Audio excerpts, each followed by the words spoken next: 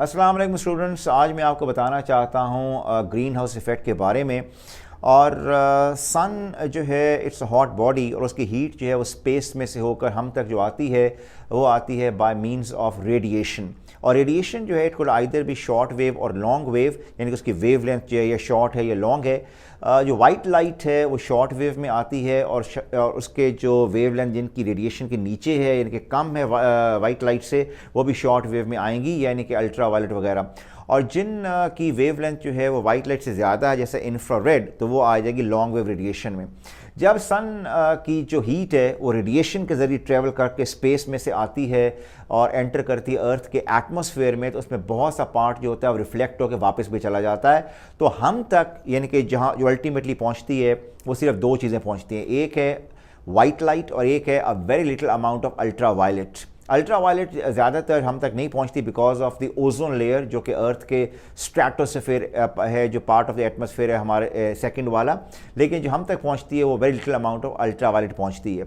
इसका मतलब हम तक जो पहुंचती है वो शॉर्ट वेव रेडिएशन पहुंचती है, और वो फिर ज़मीन अब्जॉर्ब कर लेती है। लेकिन अब्जॉर्ब करने के बाद ज़मीन ऑफकोर्स हीट अप हो जाएगी, लेकिन कोई भी बॉडी अपनी हीट को परमानेंटली स्टोर नहीं कर सकती और उसको एमिट करना ही होता है। तो अर्थ अपनी हीट को जब एमिट करती है तो एमिट करती है not in the form of short wave, बल्कि in the form of long wave radiation, जिसको कहते हैं infrared radiation.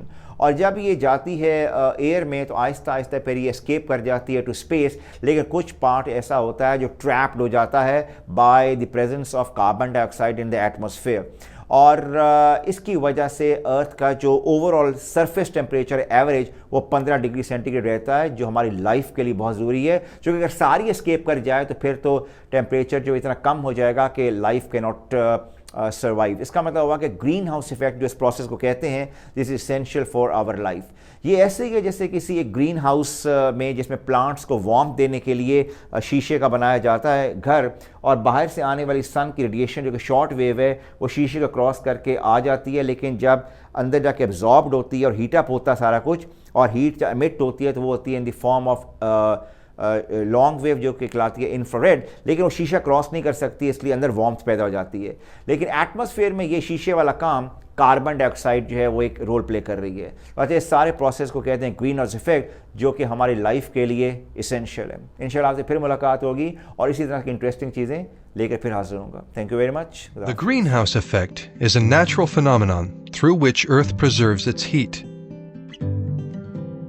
It is caused by water vapor and certain other atmospheric gases called greenhouse gases. Greenhouse gases, such as carbon dioxide, methane, CFCs, and nitric oxide, keep part of the heat emitted by Earth from escaping into space.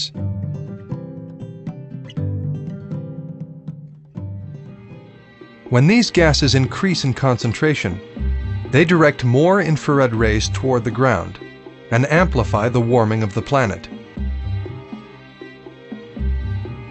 Because of certain human activities, increasing quantities of greenhouse gases are being emitted into the atmosphere. Motor vehicles and factories that burn fossil fuels emit carbon dioxide. Other major producers of greenhouse gases are intensive agriculture and livestock operations. The natural greenhouse effect is essential to life on Earth because it heats the lower atmosphere to an average of 15 degrees Celsius.